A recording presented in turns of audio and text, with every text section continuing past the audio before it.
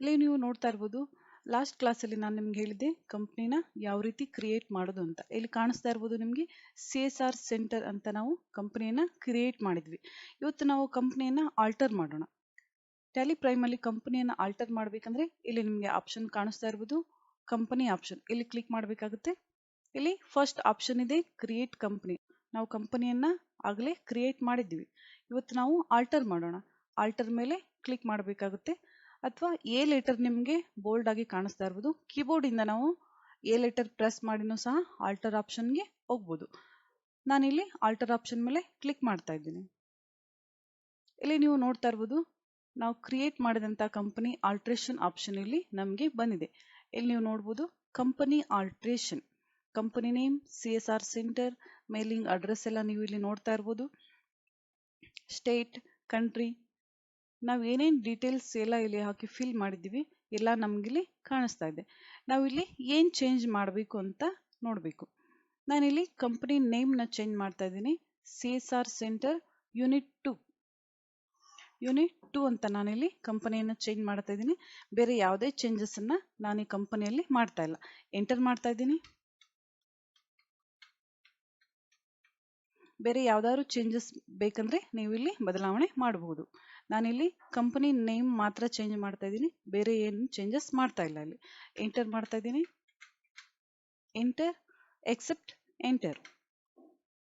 ನೀವು ಇಲ್ಲಿ ನೋಡ್ತಾ ಇರ್ಬೋದು CSR ಸೆಂಟರ್ ಯೂನಿಟ್ 2 ಕಂಪನಿಯಲ್ಲಿ ನಾವೇನು ಆಲ್ಟರ್ ಮಾಡಿದೀವಿ ಅದು ಆಲ್ಟರ್ ಆಗಿ ಸೇವ್ ಆಗಿ ಇಲ್ಲಿ ಬಂದಿದೆ. ನಾವು ಲಾಸ್ಟ್ ಕ್ಲಾಸಲ್ಲಿ 2 ಕಂಪನಿಯನ್ನ ಕ್ರಿಯೇಟ್ ಮಾಡಿದ್ವಿ, CSR center unit 1.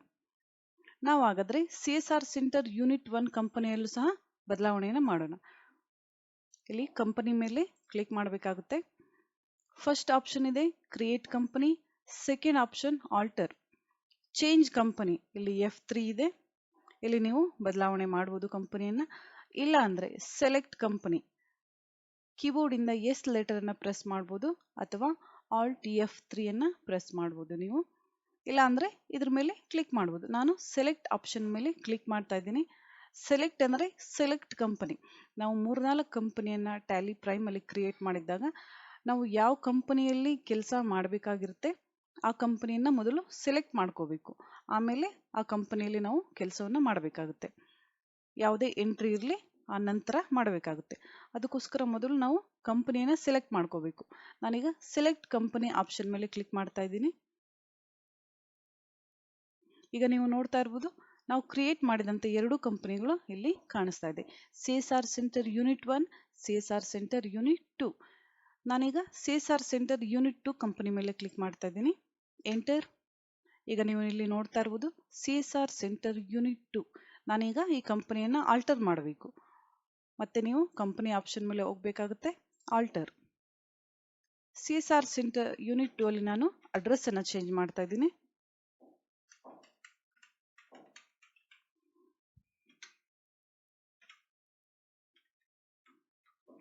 Enter.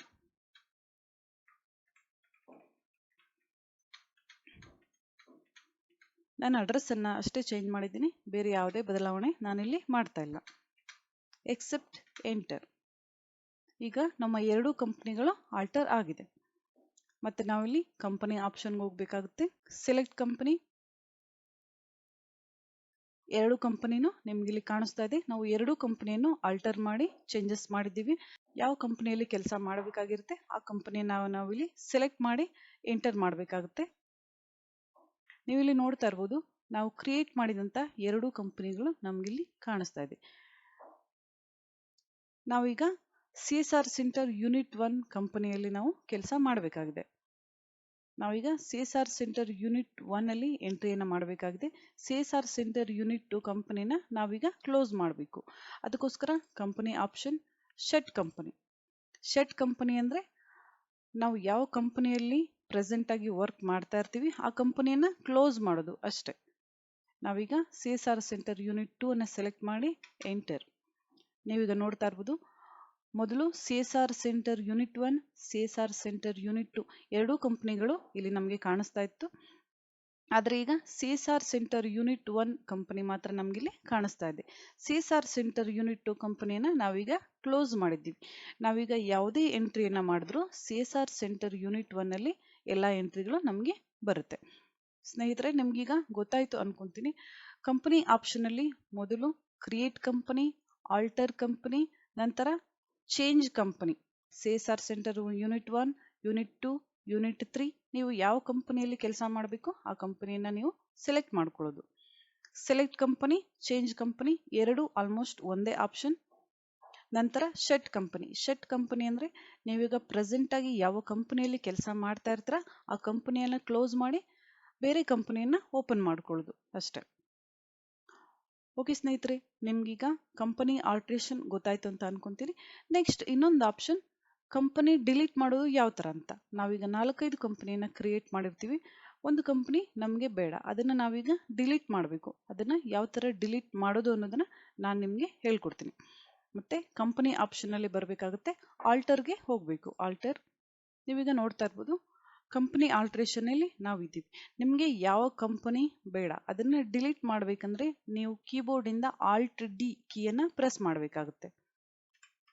Alt-D ಕೀಯನ್ನ press ಮಾಡಿದಾಗ ಇಲ್ಲಿ ನಿಮ್ಗೆ ಆಪ್ಷನ್ ಕೇಳುತ್ತೆ, ನೀವು ನೋಡ್ತಾ ಇರ್ಬೋದು ಡಿಲೀಟ್, ಎಸ್ ಆರ್ ನೋ. ನೀವು ಈ ಕಂಪನಿಯನ್ನ ಡಿಲೀಟ್ ಮಾಡ್ಬೇಕಂದ್ರೆ ಎಸ್ ಮೇಲೆ ಕ್ಲಿಕ್ ಮಾಡ್ಬೋದು ಅಥವಾ ಕೀಬೋರ್ಡ್ ಇಂದ Y ಕೀಯನ್ನು ಪ್ರೆಸ್ ಮಾಡ್ಬೋದು. ಕಂಪನಿ ಡಿಲೀಟ್ ಮಾಡೋದು ಬೇಡ ಅನ್ನೋ ಹಾಗಿದ್ರೆ ನೋ ಮೇಲೆ ಕ್ಲಿಕ್ ಮಾಡಿ ಅಥವಾ ಕೀಬೋರ್ಡ್ ಇಂದ N ಕೀಯನ್ನ ಪ್ರೆಸ್ ಮಾಡ್ಬೋದು.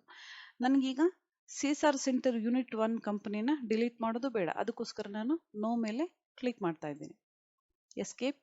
ಟ್ಯಾಲಿಯಲ್ಲಿ ನಾವು ಯಾವಾಗಲೂ ಕೀಬೋರ್ಡ್ ಅನ್ನ ಹೆಚ್ಚಿಗೆ ಯೂಸ್ ಮಾಡ್ತೀವಿ, ಮೌಸ್ ಅನ್ನ ತುಂಬಾ ಕಡಿಮೆ ಯೂಸ್ ಮಾಡ್ತೀವಿ. ನಾನು ನಿಮ್ಗೆ ಕ್ಲಾಸ್ ಹೇಳ್ತಾ ಇರೋದ್ರಿಂದ ನಾನು ನಿಮ್ಗೆ ಎಲ್ಲ ಆಪ್ಷನ್ ಗೊತ್ತಾಗ್ಲಿ ಅನ್ನೋ ಕಾರಣಕ್ಕೆ ಮೌಸ್ ಅನ್ನ ಯೂಸ್ ಮಾಡ್ತಾ ಇದ್ದೀನಿ.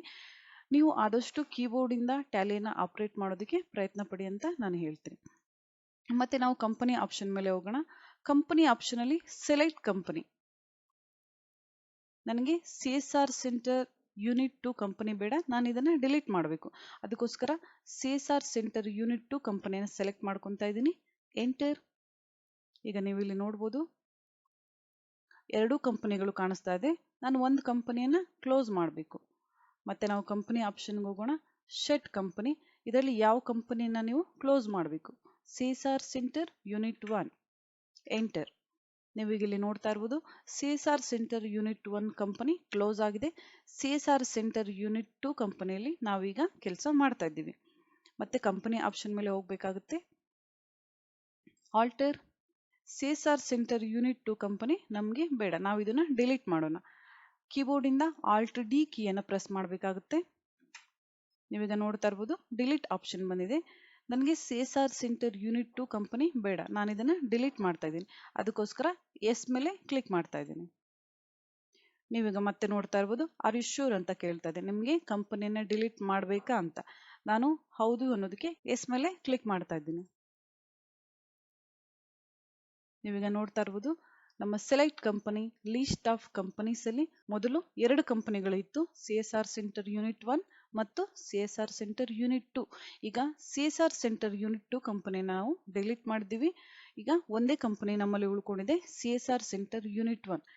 CSR ಸೆಂಟರ್ ಯೂನಿಟ್ 2 ಅನ್ನ ನಾವು ಡಿಲೀಟ್ ಮಾಡಿದ್ದೀವಿ. ಈಗ ನಾವು select company CSR center unit 1 ಮೇಲೆ ಕ್ಲಿಕ್ ಮಾಡಬೇಕಾಗುತ್ತೆ. ಎಂಟರ್. ಈಗ ನೀವು ನೋಡ್ತಾ ಇರ್ಬೋದು ಇಲ್ಲಿ name of the company CSR center unit 1.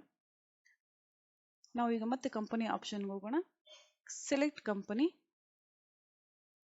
ನೀವೀಗ ಇಲ್ಲಿ ಮತ್ತೆ ನೋಡ್ತಾ ಇರ್ಬೋದು CSR ಸೆಂಟರ್ ಯೂನಿಟ್ 1 ಕಂಪನಿ ಮಾತ್ರ ಇದೆ, ಯೂನಿಟ್ 2 ಡಿಲೀಟ್ ಆಗಿದೆ. ಎಂಟರ್. ಈಗ ನಾವು ಟ್ಯಾಲಿ ಪ್ರೈಮ್ ನಲ್ಲಿ ಕಂಪನಿಯನ್ನ ಯಾವ ರೀತಿ ಕ್ರಿಯೇಟ್ ಮಾಡೋದು, ಕಂಪನಿಯನ್ನ ಯಾವ ರೀತಿ ಆಲ್ಟರ್ ಮಾಡೋದು ಮತ್ತು ಕಂಪನಿಯನ್ನ ಯಾವ ರೀತಿ ಡಿಲೀಟ್ ಮಾಡೋದು ಅನ್ನೋದನ್ನ ಕಲ್ತಿದ್ದೀವಿ. ನಾನು ಮುಂದಿನ ವಿಡಿಯೋದಲ್ಲಿ ನಿಮ್ಗೆ ಹೇಳ್ತೀನಿ ಟ್ಯಾಲಿ ಪ್ರೈಮ್ ಅಲ್ಲಿ ಫ್ಯೂಚರ್ ಸೆಟ್ಟಿಂಗ್ಸ್ ನ ಯಾವ ರೀತಿ ಮಾಡಬೇಕು ಅಂತ.